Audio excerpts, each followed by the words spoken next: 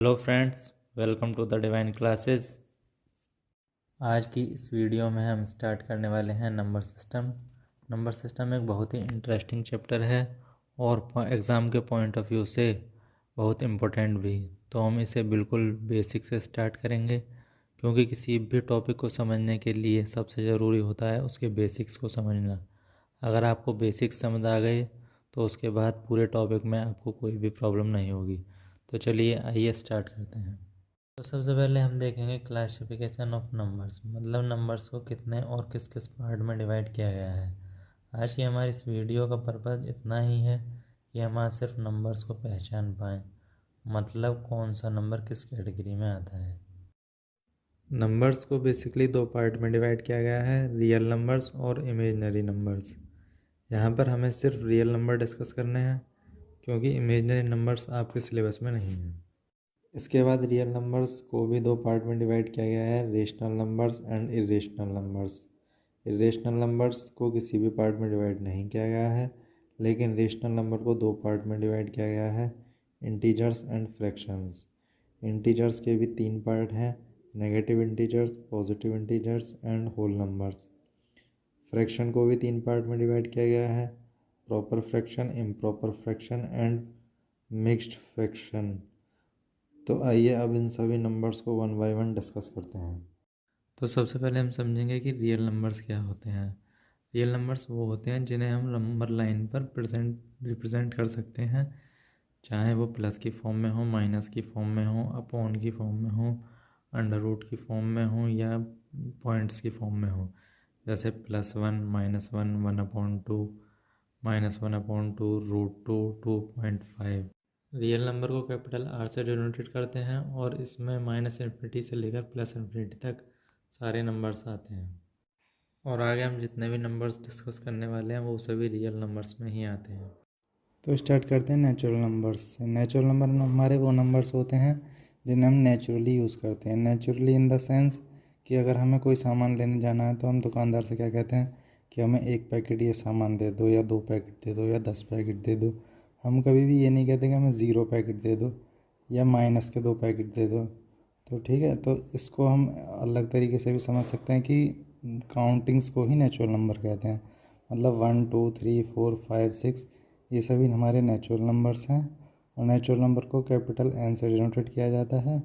और capital N में मतलब नेचुरल नंबर्स में 1 से लेके इन्फिनिटी तक सारे नंबर आते हैं, जैसे 1 2 3 4 5 6 7 8 9, इस तरीके से। ठीक है, नेक्स्ट है हमारा इवन नंबर्स। इवन नंबर्स हमारे वो नंबर होते हैं जो जिन्हें 2 से डिवाइड करने पर रिमाइंडर 0 आता है, मतलब 2 से कम्प्लीटली डिवाइड हो जाते हैं। ऐसे नंबर्स को हम इवन नंबर्स कहते हैं, जैसे 2 4 6 8 10।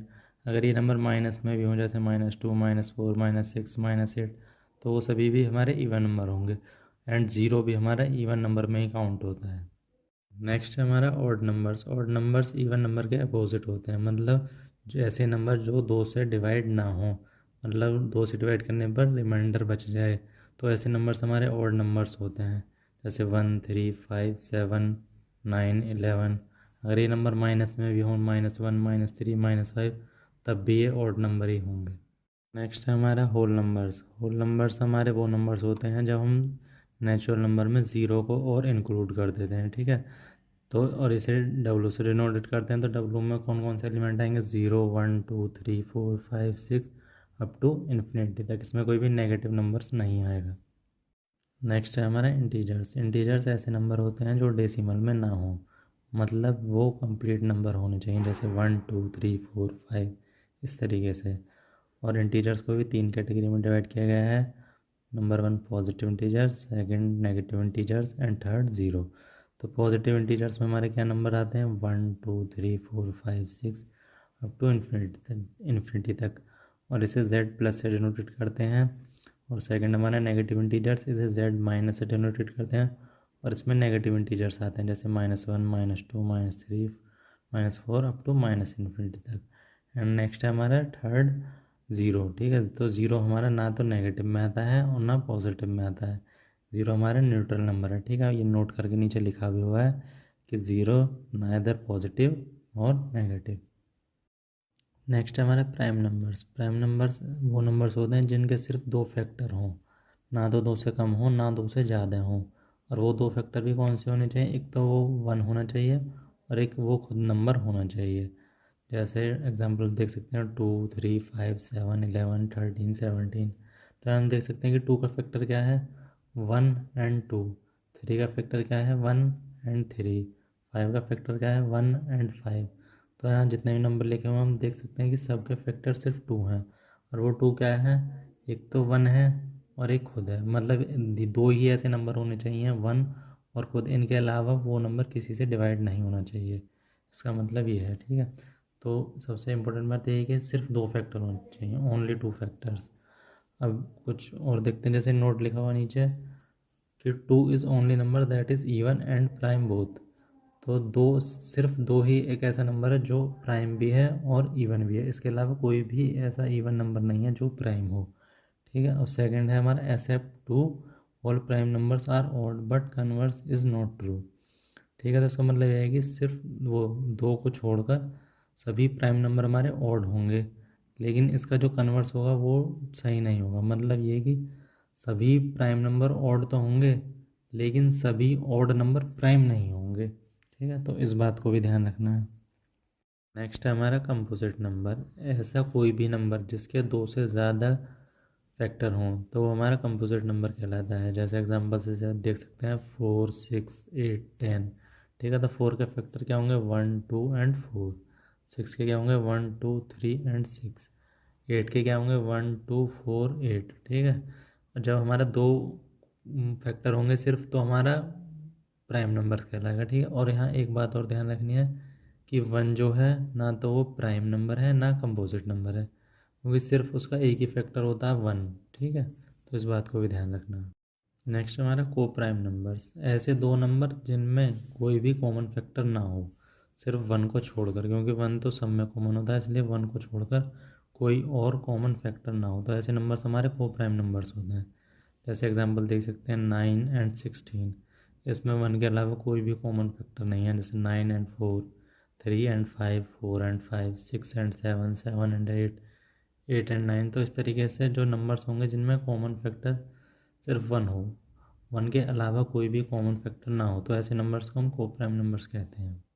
नेक्स्ट हमारे रेशनल नंबर्स। रेशनल नंबर्स हमारे वो नंबर्स होते हैं जिनको हम फ्रैक्शन की फॉर्म में लिख सकते हैं, लेकिन उसके लिए दो कंडीशन है कि हमारा न्यूमरेटर और डिनोमिनेटर को प्राइम्स होने चाहिए और डिनोमिनेटर नॉट इक्वल टू 0 होना चाहिए। जैसे हमारे डेफिनेशन में लिखा हुआ है, a number that can be written in the form of p upon q where p and q are coprimes numbers but q is not equal to 0।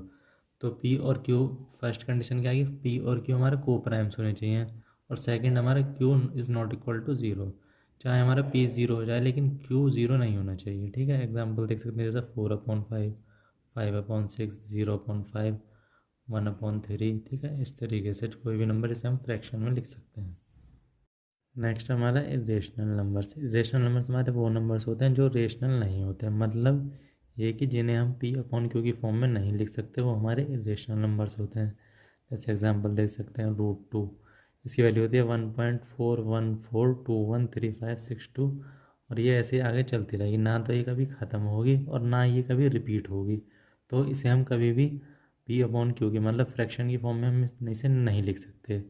जैसे पाई की वैल्यू है 3.141592653। इस तरीके से ये आगे चलती रहेगी, ये भी ना तो कभी ख़त्म होती है और ना कभी रिपीट होती है।